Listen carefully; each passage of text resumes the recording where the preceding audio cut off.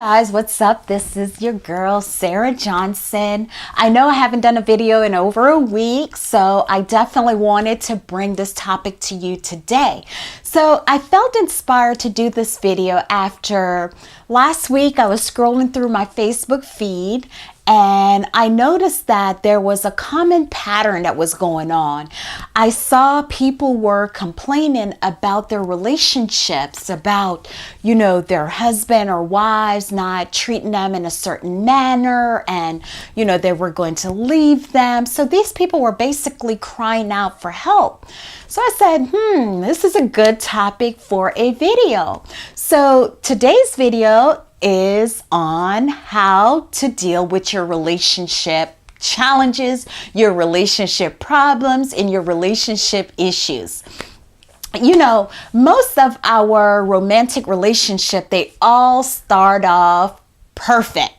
The ones that the movies will portray to us, that you live happily ever after, or just this pie in the sky relationship. They start off very perfect.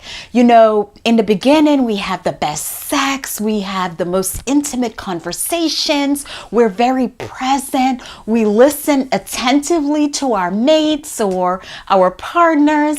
And then as time progresses, it's like, the real person unfolds. The real person presents themselves to us, because in the infancy stage of our relationship is like our minds block out the negativity or the negative characteristic or the negative traits of the other person. So there's like that blind spot. We don't really see those negative traits. We only focus on the good.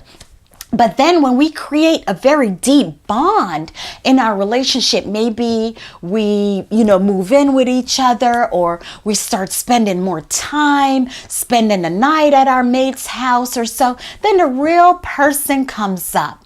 And then we start feeling levels of frustration against our mate or our partner. Maybe they're not treating us the way they treated us in the beginning.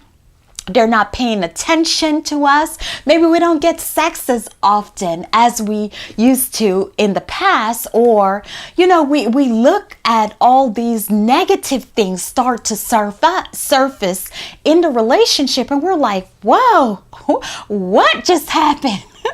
Who is this person? This is not the person that I met a month ago or 3 months ago or even a year ago. But, aside from what, our social media tells us, or the magazines tells us, or these TV shows tell us that, our relationships are supposed to be perfect. In my opinion, that is not the purpose of our relationship. The purpose of our relationship is deeply rooted in spirituality. And what I mean is that the reason why a person shows up in our life is for us to grow and evolve. Our soul at its core level knows who we need to get connected with, because sometimes this person that comes into our life, they're there to help us to heal some of our deep wounds. And a lot of these wounds are from childhood.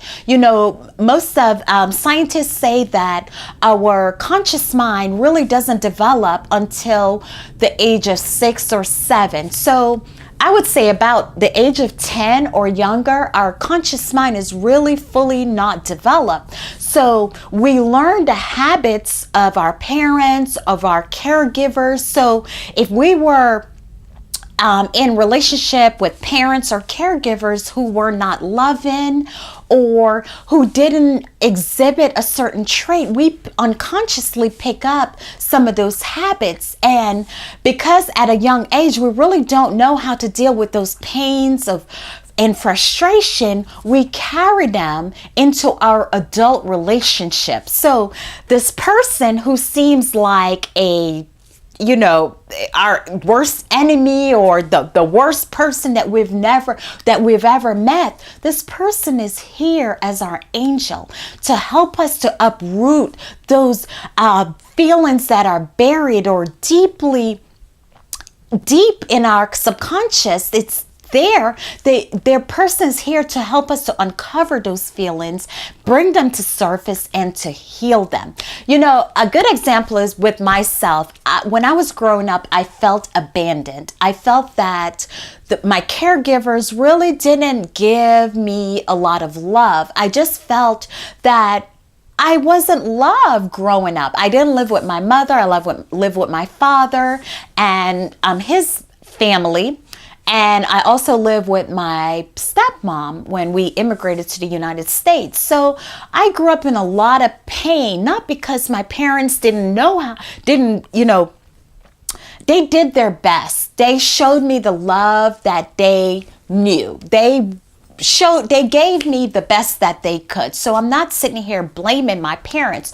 All I'm saying is that I have remnants of frustration and hurt that were buried so deep in my subconscious that as I became an adult, that pain and those frustration, they started to surface in my relationship. And because I didn't really know what the true dynamics of a healthy relationship was, I started to project that pain onto other people.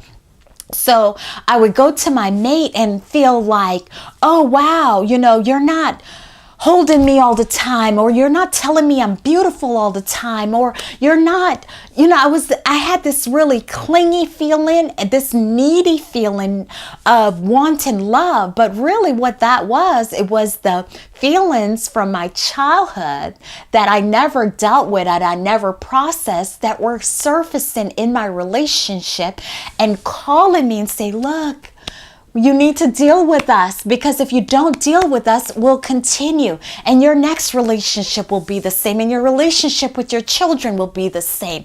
So it wasn't until I started turning within and saying, wow, what are these patterns? How are they linked to my childhood memories or my childhood experience? And it wasn't until I started to really tuning into those, the mirror, because the mirror, what was happening now was just a mirror of my past. And it wasn't until I started tuning into them and started doing my meditation and doing my prayer work and doing my gratitude work and doing my forgiveness work that I started seeing a transformation in my relationship. So I invite you that if you're having relationship issues, that a relationship issue is just an invitation for you to look within. So I advise you to go back to your childhood.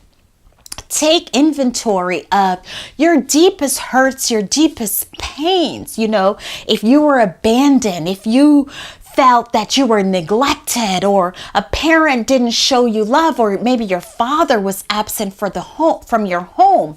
You want to look at those challenges or those pains from the past, and I would advise that you use perhaps a forgiveness process where you write a letter. So you want to itemize all the pains. Go back as far as your memory can take you and make a list of all the challenges you had in childhood, challenges with your parents, with, friends, with relatives, any challenges that you had. And write them down. And for each challenge, you want to write a letter. You want to just write your feelings. It doesn't matter how it comes out. It uses colorful languages as you want. You want to dig deep. Whatever repressed emotion that you have, you want to bring it to the surface, because until you bring it to the surface, you'll suppress it and it will continue to show up in your life. Maybe it's not the relationship you're in today, but it will show up in the relationship that you have tomorrow. So write a letter, express your feelings of frustration, of anger. Tell how you feel about that certain situation or that certain person. And then once you write that letter, you want to say, I forgive you. I forgive you. I release you to your highest good. Just whatever mantra or affirmation that works for you. I forgive you.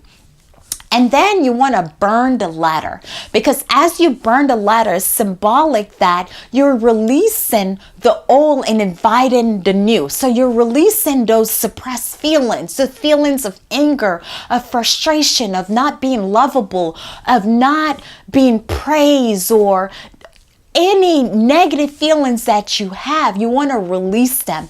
And when you burn the letter, you'll begin to feel that energy leaving from your heart space or your solar plexus. So there you have it. This is a very profound and powerful way that you can begin to deal with your relationship challenges, because once you begin to deal with them and understand that the challenges that you have, it's an invitation for you to grow and to evolve. And once you understand that concept, or that truth, then you can transform that negative feeling and embrace a more empowering feeling. So I hope this helps you in your relationship. You can use this process not only in your relationship with your mate, your romantic relationship, but your relationship with your children or your partners at work or your friends or family, whomever, any type of relationship you can use this process with. So I invite you to leave a comment.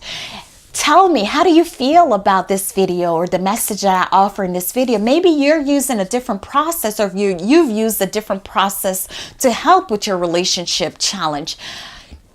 Leave that comment in the comment space below if you're on YouTube, or in the comment space on my blog. Have a wonderful day, and I appreciate you taking the time to watch this video.